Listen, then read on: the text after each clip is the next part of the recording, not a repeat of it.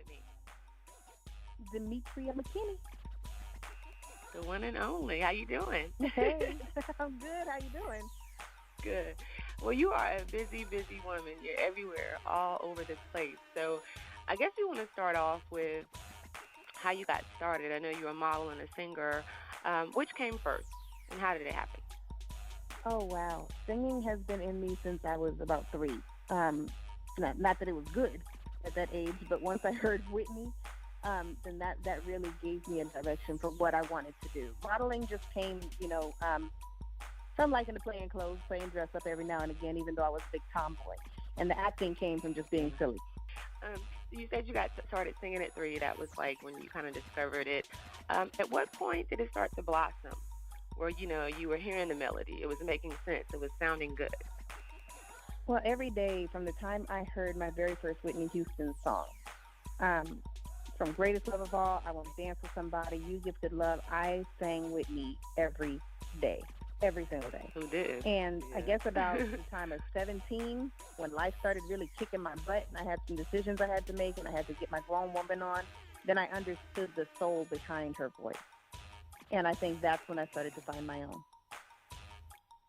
And what was your favorite? What was your favorite song by Whitney? Oh, my goodness. My favorite. I like different ones for different reasons. Okay, if I have to pick one, I would say Greatest Love of All. Yeah. Whitney was the illest. Actually, I saw on your Instagram you did a tribute to her, which is really dope. Thank That's you. when I said, okay. Yeah, I said we obviously have something in common. Beautiful. So, of course, they want to put you in pictures and movies. You're beautiful. What do you do? Because all the women want to know about your figure. Are you on, like, the tummy tea? Do you work out? I work out pretty regularly. My good friend has me on a water regimen that is no joke. But I love to just make sure that I'm eating properly if I can't balance it out with a workout. I travel so much that eating out is not only necessary, but it can be kind of detrimental. So at home, I keep things like quinoa, fresh fruit. I'm trying to do a lot more cooking, which is surprising for me. And then, of course, I get in my workouts, whether it's a little bit of yoga or some Pilates, and I love weight training. Okay, and are you trying the vegan thing? Do you do a little vegan too? My son actually did that, which surprised me, and he stuck with that for like a year. I don't know. So we need the chicken. I think I could do like fish. I'm not gonna go with chicken. But worst case, I think I could do like fish and veggies. Yeah, definitely. So how is it for you now? I know that, you got I know the House of Pain for me is where I really got a chance to see your acting skills and just how deep you can go. How did you get that role? And how did you feel about playing a role that was, controversial, I guess you could say. How did you feel about that? Wow. Got the role by God, I have to say. I never wanted to act. It was always about music for me. But at that time, I was living in Florida, and I was traveling back and forth to Atlanta to do music with Jagged Edge. This was like a long time ago. And in order to get some more exposure, the people who were managing me at the time thought it'd be a good idea to get involved in a play. And the play had about 30 people in it. In the audience, actually, and half of that was family, but one of them was Tyler Perry. And if anybody who has watched him over the years knows, he finds talent everywhere. He doesn't care how many people are in the audience. He looks for what he's looking for, and he's an architect like none other. So he came to me and asked me for my information, and it was kind of a wrap ever since. I did a lot of the stage work with him. And then House of Pain came because he asked me to come in and read for that. And Janine was actually supposed to be there for only 4 episodes. And again, he was just a continuous architect and building what House of Pain was. Now, playing Janine, wow, I'm grateful for that. Because she was so many things aside from the controversial nature of being an addict.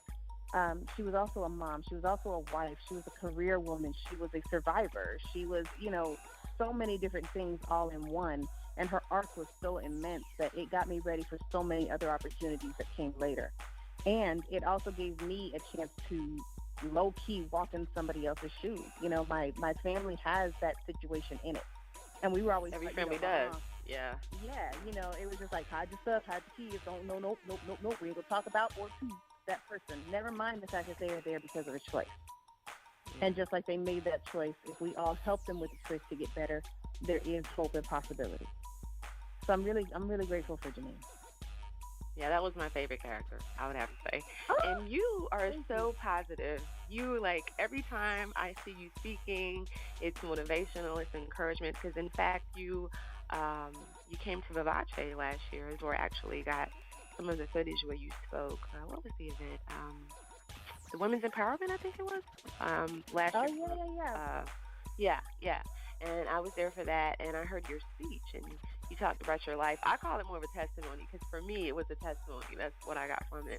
And it was really deep, Thank and you. it talked about, some of the things that you experienced. Whether or not you want to speak on that, I'm not sure. But, Oh, you absolutely. gave some great details about your life. And I wanted you to share that with the listeners so they can kind of know, you know, you are a survivor, and you are very inspiring, at least to me.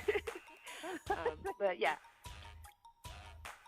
I'm a single mom, but before that, of course, I was a daughter, and my mother and I have always had kind of an estranged relationship, and that got worse once she got married to a gentleman who liked me a bit more than he should.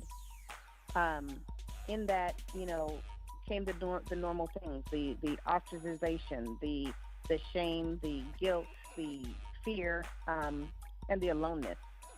But music, music really, really got me through. Whitney was my song back to the light. And it wasn't as deep and as detrimental as everyone else could have gone into. You know what I mean? There are people who have so much worse situations, and that's why I feel it's so important to speak on molestation, especially since it does happen in our community as often as it does, and with family members. I can't tell you how many times I've spoken about this, and there have been a minimum of 3 young ladies who come to me like, okay, how do I move forward? How do I talk to people? How do I fix me in the midst of all of this stuff? Because it can be scary, but it's not impossible. So, in that, graduated high school, moved out, was homeless for a bit. Um, and it's crazy because the black sheep of the family, as they like to call them, which was the family that was married to my drug addicted uncle, was the only one that would let me live with them. Um, they took me in after a couple of months of me being homeless because they didn't know I was homeless. I was just, not telling them. Everybody else knew, but of course it's them. And they let me come and stay with them and get on my feet. And we still keep in touch to this day. They're beautiful, beautiful people. And I tell my story because I want people to understand that you are not your circumstance. Whatever you are in, you can come out of. Whatever has happened, it doesn't define you. We all have choices. We all have the possibilities within us. And when we live in the blessing we are, it's just a beautiful thing. beautiful. Yeah, I need to make that a sound bite because that was Oh, like, and I think so many people, especially in the black community, I mean, people will talk about drugs and different things, but I don't think they talk as much as they should about molestation and things that happen to the underage youth because it's some people feel that shame, but to take it and make it a positive and just to do so much in your community, like we think you're awesome at Black Light. oh, We thank really, you really so do. much. Um, Now, my favorite song right now is Love with You in Life. I play that song every day. I love the video. So I have to ask, did you participate in the writing and putting that together? Like, how much of that was, your creative input? Oh, wow. Life Jennings is a phenomenal, not only writer, but musician. And it's great to work with people like he and Music Soul Child and Anthony David and, the people I've gotten a chance to be around just to see their process. He had started the song before we actually met. And we had a mutual friend in Shantae, what up, Shantae, who said, what do you think about doing a duet with Demetria? He's like, hey, yo, you. I like her. Yeah. So, I came to the studio and he had half the song written. He was like, if you come up with anything, let me know. Otherwise, we'll just kind of vibe it out. And we vibed it out. It was so, so cool a process, so fluid. And he made me feel so welcome. And with a song as intimate as that, feeling secure and feeling, unafraid to try different things vocally and harmonically, it's just really, really It's a fun. I beautiful had a song. great time I recording with love that him. song. Thank you. Thank you. Yeah. And so, what about the video? Was that just through the director, or did you kind of say, "This is what I want"? I see it because they kind of they match so perfectly. Oh yeah, yeah. That was a brainchild of Oh, what is the director's name? I'm gonna get you the director's name. I want to say it's Yeah. Gorillas. Um, Okay. but it was his idea, and it's crazy because what you can't see. That's why I play my position, honey. I play my position to the nth power. I stand over here, so you tell me to go over there, and then I move because they had a vision for it, and they knew how they were gonna cut. They knew how they were gonna light. Every piece of it fit perfectly. My godmother, Maria Harper, made my dress, which was just beautiful. That yellow flowy thing. The yellow one, yeah, it's waterfalls. Yeah, it was just a great team effort. Styling, hair, makeup, and then of course life, just being there and being him. Yeah. And the jacket that you wore with the low cut shirt, whose jacket? That was Whose actually brand is that? that was BCBG. That's hot. I like that. Thank you. Props to your stylist. And the song with Candy Burris, was it Unnecessary Trouble? Tell me about that. That video is crazy. It was so real life. I loved how you did your mock-up of Andy. But yeah, tell me about that. Oh, wow. Season 7 of Real Housewives of Atlanta was a trip. There was so much shade, and there was so much animosity, and it just came from nowhere. It was just like, oh, it's Tuesday. I'm going to be angry. Is it real, though? Is it real? Is it real? Is it real, or is it scripted? It is so real, unfortunately. Oh, wow. They don't give you a script. The only thing they tell you is what time to be where. They don't tell you who you're filming with. They don't tell you what the scenario is going to be. They tell you what to put on, what time, and where to be, and that's it. And these young ladies, the difference between people like myself, Kim Fields, Claudia Jordan, Cynthia Bailey, Candy Burris, the reason you don't see them kind of doing too much is because they already knew who they were before reality television. Reality TV made a Portia. It made a Phaedra, even though she was an attorney to somebody. It made these different people, and in order to stay on, they feel like they have to turn up. They got to be seen. They have to have the most shady thing. They got to have the most biggest butt. They got to have the most whatever. But I would say that Nene and Kenya, they appear to be, shade queens. They appear to be fabulous. You know what I'm saying? I don't know if that's the word I should use. Like, are they really that way? I don't know. I would say Kenya's a lot to deal with. People turn into caricatures of who they are. I would say they're larger than life versions of themselves. I don't think Nene realizes the change of who she is versus the growth. There's a big difference. Change can go up or down. Growth has nowhere but to go but up. So, as you change, make sure that it's in a growing position versus, hey girl, remember who you used to be, where people used to root for you and used to love on you and, support you in a way that was a bit different than this. If you're looking for somebody for shade, trust and believe. When it's time for the light, you won't be able to find them. Ooh, quotable. Anywho, Unnecessary Trouble came out of Unnecessary Trouble came out of that shade. In season 7, they came from our relationship in a way that was just stupid, and they were kind of coming for Candy's relationship as well. So when I decided to do the project Unnecessary Trouble, my album, I asked Candy to work together, and at first she was like, I don't know, I don't really. Your impersonation. I was on tour with R. Kelly. I was on tour with Pepsi Funk Fest. She came to one of the shows, and after that, she was like, all right, let's see if we can make something happen. And I asked her for a collaborative effort, and that's where we got that. She took the shade and turned it into a good, fun, real moment. You know what I'm saying? And it was just such a real situation that I'm so glad that she was able to turn into a positive. Yeah, Candy is probably one of the most, in my opinion, the most easygoing. She doesn't ask for any trouble. She keeps to herself, but she's a businesswoman. I like her personality. Now, if I had to ask, who is your least favorite and why? Phaedra Parks. Well, that was because how she shaded you when you first got on the show, right? That was kind of weird. Shade, if you expect shade, you expect shade. But she Yeah.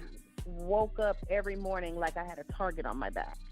And the saddest part for me was knowing that she was about to join my club, the Single Mothers Club. As much as you were talking about marriage, and as much as you were talking about this and dreams and goals and career, honey, you have 7, 8, 9 degrees and zero common sense in what you're saying to me right now. You're representing us wrong. Let me get I did not like how she not only came for me, but how she represented us. At one moment she was quoting the scripture, the next moment she's showing her butt and cussing somebody out. Pick a side. Okay. The end. Okay. So did you interact with Kenya or no? I did interact with Kenya a bit. The thing about Kenya is she is a unique bird. She can be a kook. But the good thing about Kenya is she's going to be a kook to your face. Whatever color she's going to put on, she's going to put it on right in front of you. There's very few moments that you see her just acting real phony to somebody and they don't know that she's really checking for them. Yeah. Kenya's she's funny. She's a kook. She's a kook. But at least you can see her coming. Yeah. It's visibility. So you're no longer on Housewives. Are you considering going back? Did you pull back because, hey, you felt like it was too much, or you were just focusing on your music? Oh, wow. I am no longer with Housewives of Atlanta because I only used it for a season. I was literally just trying to get people to understand the transition from actress into music. And in order for people to understand my music, they had to know Demetria. People love Janine and her story.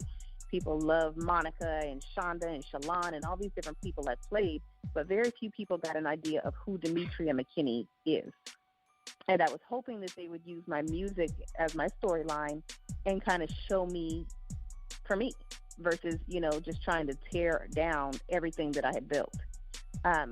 Fortunately, I remained true to who I was. I didn't do too much. I wasn't acting all crazy. I didn't set us back any number of years. And I was signed to a label. My song 100 went all the way to number 4 in a matter of 3 days. I've been touring with R. Kelly, touring with Pepsi Funk Fest. I've got an album coming out. It did what I needed it to do, and I got out of it before it got a chance to tear me up. Is it that deep? I mean, I know watching it, I would think, as myself as a businesswoman and entertainer, and of course you're on a whole other status plane than me, but just the everyday hustle and bustle of trying to organize, trying to get everything the way that you want it, to see your vision, to fulfill, your standards, your qualities, all the things that you see in the future, and then to have to deal with that shade constantly and just that bickering every single day. But the flip side to it is to get a check while you do it. That has to be conflicting for some people. To just...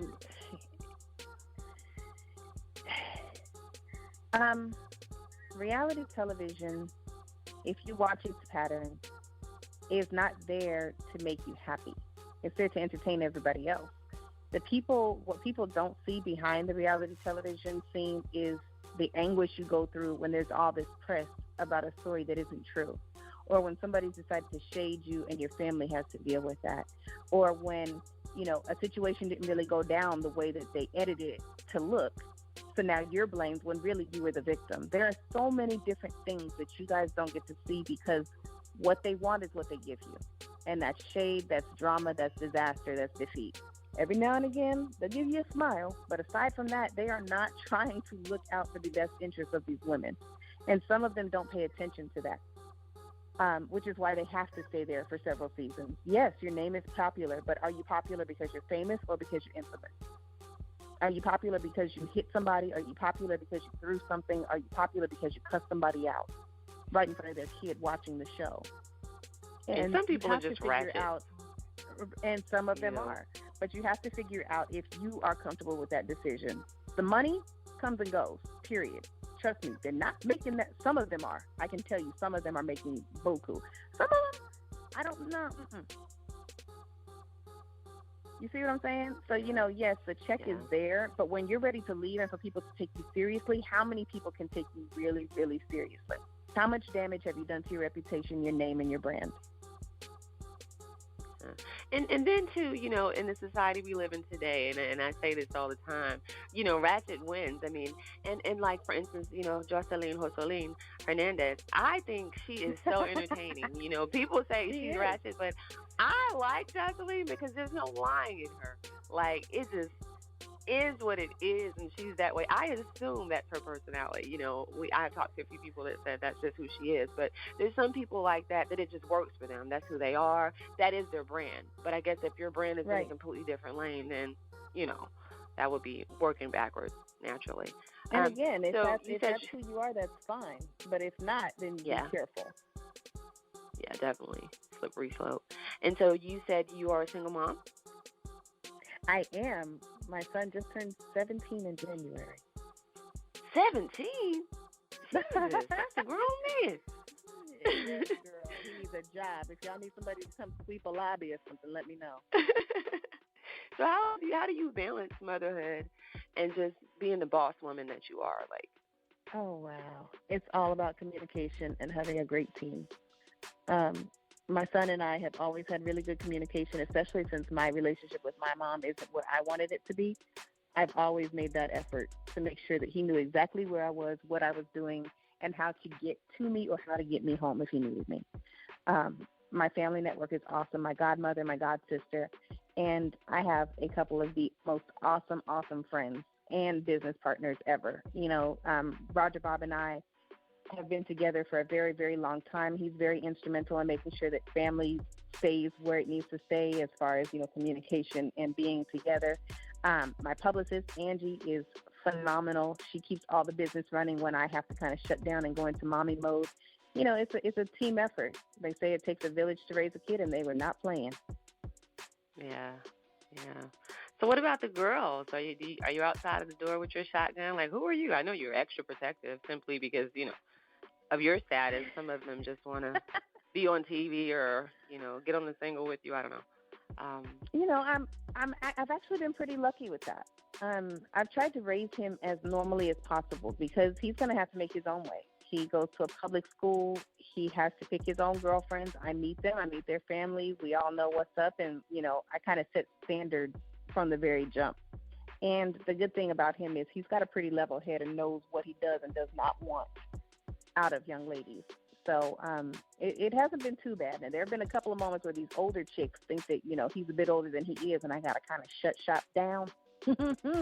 Girl, I own a 38. But aside from that, it's been pretty cool. yeah, yeah. And so probably we're getting to the last two questions here. This is a what if, a hypothetical. Would you Okay. play a stripper? Would you get into? I mean, of course, I know you did, Janine, but would you go into a role that took you? I mean, because you're so into empowerment and uplifting women, and there's no ill will for strippers because they get paid. But would you step into a role that took you into a more explicit, more body parts showing, more skin, more street? Would you make that transition, or are you trying to stay in like the Hollywood only lane? You know what I mean? I think that every story deserves to be told because you don't know who's watching it and who's going to learn from it. I actually did play a stripper Oh, in wait a a minute. play, believe it or not. It's a Okay. play called Church Girl. I had to do pole work to it. I had to do a whole song of pole. My dad came out and he was pissed. I don't know if I can say that. He was irate. He was mad. But it was because there was a redemptive quality at the end. And again, everybody's story deserves to be told. Everybody has something to offer, whether it's what to or what not to do. So I have no problem. I love to stretch and I love to learn and grow, but it just has to be done tastefully. And as long as they let me keep it tasteful and stay within a certain realm, then I'm cool with it. Otherwise, I know how to pass. And would you get naked for the big screen? Would I get naked? Girl, no. Yeah, because I know they do the breast, or they might do a flash, or they do a bottom flash.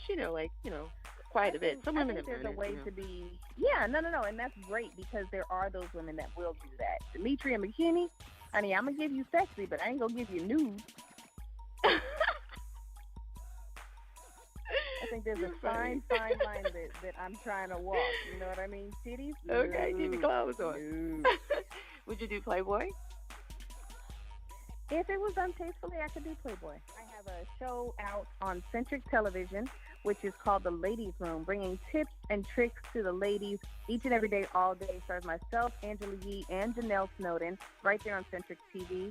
Have a movie coming out, Sons to the Grave, starring myself, Darren Henson, and Atlantic recording artist Trevor Jackson, as well as more tour dates coming up and an album. Officially Yours will be out very, very soon. And y'all can follow me at Demi McKinney on Twitter, at Demetria, the number 4 Real on Facebook and Instagram. The website is DemetriaMcKinney.com, and we can all keep in touch. Give us some vocals. Okay, wait a minute. See, now you're going to make me sit up. I make everybody sing that comes on here. Everybody that sings on this pad, so yeah. You say you done spent your whole life searching for something you didn't ever find. What if I told you found it 1,000 times? But it didn't look quite like the picture you drawn in your mind. So when it came along, you miss it every time. See, sometimes love comes in disguise. You won't see it if you're only trying to see it with your eyes. You start using your heart, you'll realize it's been right there all the time. I'm talking about love. Girl, you better sing. I just was in a trance. I love that song. It's beautiful. It's beautiful. It's beautiful. Okay, well, Demetria, thank you so much. All the listeners out here with the beautiful, sexy, talented entrepreneur, inspiring, empowering, badass